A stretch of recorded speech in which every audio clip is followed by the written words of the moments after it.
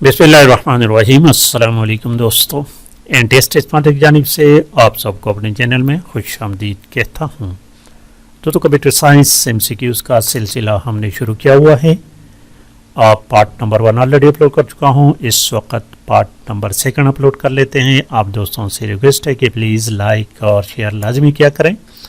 तो आज के क्वेश्चन कुछ ज़्यादा ही अहम हैं, तो ज़रा देखें आज के क्वेश्चन को। क्वेश्चन नंबर 1 लिखा हुआ है कि who invented logarithm. Logarithm was invented by John Napier. Option B correct है। और question number 2, which generation of computer use transistor. दोस्तों, जनरेशन जिस तरह के इंसानी नस्लें, इसी तरह कंप्यूटर की भी नस्लें गुजर चुकी हैं। और शुरू में तो हार्डवेयर की बात हुआ करती थी। जब पहली दफ़ा कंप्यूटर दरियाफ्त हुआ फर्स्ट जनरेशन, तो उसका साइज़ भी बहुत बड़ा था। उसमें वैक्यूम ट्यूब्स इस्तेमाल होते थे। एक कंप्यूटर में पता नहीं 19,000 के करीब वैक्यूम ट्यूब्स इस्तेमाल होते थे। स्पीड बहुत, उसमें रैम वगैरह नहीं हुआ करता था, ऑपरेटिंग सिस्टम भी नहीं था, वो मैकेनिकल कंप्यूटर थे। तो फर्स्ट जनरेशन पे शुरू के 2 जनरेशन या 3 जनरेशन हार्डवेयर बेस थे, लेकिन अब जो है वो सॉफ्टवेयर बेस है। अब कोशिश की जा रही कि ऐसे सॉफ्टवेयर ईजाद हो जाए जो पहले से अच्छे हों। तो ये याद रखें कि पहला फर्स्ट जनरेशन जो है ये, इसमें वैक्यूम ट्यूब्स इस्तेमाल होते थे। ये चीज़ें हमेशा याद रखें। आज के ये 4 MCQ, बल्कि 4 ही समझो। फर्स्ट जनरेशन के में कौन से क्या इस्तेमाल होते थे? Vacuum tubes. हालांकि फर्स्ट जनरेशन के कंप्यूटर बेकार थे, लेकिन ये पैदा हुआ कि कंप्यूटर्स का बुनियाद रखा गया, कंप्यूटर इन्वेंशन की बुनियाद रखी गई। सेकेंड जनरेशन में ट्रांजिस्टर इस्तेमाल होते थे, और थर्ड जनरेशन में ICs इंटीग्रेटेड सर्किट इस्तेमाल होते थे। फोर्थ जनरेशन में आजकल के जो कंप्यूटर्स हम इस्तेमाल करते हैं, these are the 4th generation computer. Microprocessor इसमें इस्तेमाल होते हैं। ये 4 चीज़ें हमेशा याद रखें, ये हमेशा पेपर में आते हैं। तो आज का क्वेश्चन है कि ट्रांजिस्टर जो है ये 2nd जनरेशन में कंप्यूटर इस्तेमाल होते थे। हमेशा भी याद रखें कि परस्पर एक कंपेरिजन की बात आ गई कि कौन सा फर्स्ट जनरेशन कंप्यूटर बेहतर था या कि 2nd, तो हमेशा लास्ट वाला बेहतर होगा। पहले से 2nd बेहतर था, 2nd से 3rd बेहतर, 3rd से 4th, और आजकल 5th जनरेशन पर काम जारी है। ऐसा कंप्यूटर ईजाद करने की कोशिश जा रही है कि कंप्यूटर जो है वो ह्यूमन बीइंग से टॉकिंग करे, उनकी बातों को समझ ले। ये माउस और कीबोर्ड से जान छूट जाए। जिस तरह का आपस में बातें करते हैं, इसी तरह कंप्यूटर से बातें करें और वो हमारा काम करे। और इसी सिलसिले में ये आर्टिफिशियल इंटेलिजेंस जो है ना, ये ईजाद हुई है। AI artificial intelligence. Question number 3 देखिए, in which generation of computer microprocessor. ये तो अभी आपको मैंने बता दिया कि 4th जनरेशन में माइक्रो प्रोसेसर इस्तेमाल होते थे। ऑप्शन D है। और 4 नंबर क्वेश्चन देखिए, क्वेश्चन नंबर 4। क्वेश्चन नंबर 4 लिखा है कि विच of the following computer supports 1000 of user at the same time. तो माइक्रो कंप्यूटर, मैनी कंप्यूटर और मेन फ्रेम कंप्यूटर, लैपटॉप। इसमें करेक्ट ऑप्शन C है।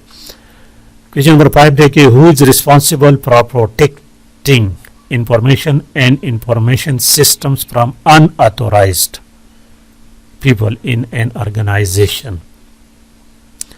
अनऑथोराइज सिस्टम यानी वो लोग जिनको इजाज़त नहीं है कंप्यूटर इस्तेमाल करने की।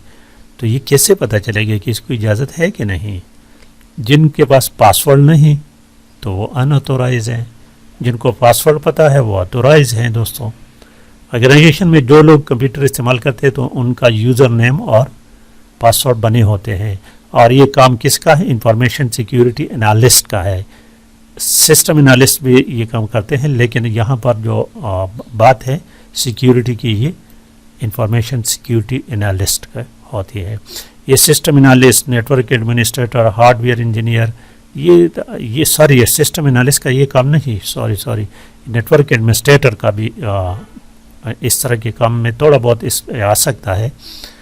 सिस्टम एनालिस्ट तो ये जब हम डेवलप करते हैं ना न्यू सॉफ्टवेयर को, तो सिस्टम एनालिस्ट वहाँ पर काम करते हैं, एनालिसिस करते हैं। क्वेश्चन नंबर 5 में ऑप्शन बी करेक्ट है। क्वेश्चन नंबर 6 देखिए, which of the following is the fastest, सबसे तेज मेमोरी जो है, ये क्वेश्चन तो बहुत ज़्यादा रिपीटेड है। ऑप्शन डी है कैश मेमोरी है। 7 नंबर क्वेश्चन देखिए, what type software a device driver is. Software के दो किस्में हैं, एक को हम सिस्टम सॉफ्टवेयर कहते हैं और दूसरे को application software. System software hardware oriented होते हैं, वो डायरेक्ट सब सिस्टम सॉफ्टवेयर क्या करते हैं, it take works from the hardware से काम लेते हैं। एप्लीकेशन सॉफ्टवेयर जो होते हैं वो यूज़र ओरिएंटेड होते हैं, वो यूज़र का फायदे के लिए होते हैं, हार्डवेयर से उसका कोई काम नहीं होता, ये याद रखें। जिस तरह फर्ज करें मैंने MS वर्ड में एक लेटर लिखा हुआ है, इसको मैं प्रिंट करना चाहता हूँ, तो ये वर्ड का काम नहीं है, MS वर्ड का काम नहीं कि इसको प्रिंट करे, ये किसका काम है, ये सिस्टम और डिवाइस ड्राइवर का काम है कि प्रिंटर को मुतल्ला करे, उसको इतला दे दे कि प्रिंटर आ रही है, इसको प्रिंट कर लो, ठीक है। तो सिस्टम सॉफ्टवेयर में 4 कैटेगरीज हैं, याद रखिए, ये क्वेश्चन अक्सर आते हैं। ऑपरेटिंग सिस्टम जितने भी हैं तमाम के तमाम क्या है, सिस्टम सॉफ्टवेयर है। डिवाइस ड्राइवर्स जितने भी हैं तमाम के तमाम सिस्टम सॉफ्टवेयर है। यूटिलिटी प्रोग्राम्स जितने भी है सिस्टम सॉफ्टवेयर है।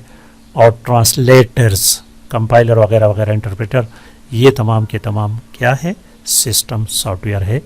यहाँ पर ऑप्शन सी करेक्ट है।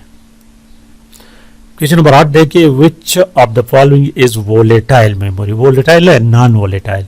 वोलेटाइल मेमोरी टेम्परेरी मेमोरी, हम इसको कहते हैं वो मेमोरी जब तक कंप्यूटर ऑन हो तो मेमोरी में जो डेटा पड़ा है वो पड़ा रहेगा।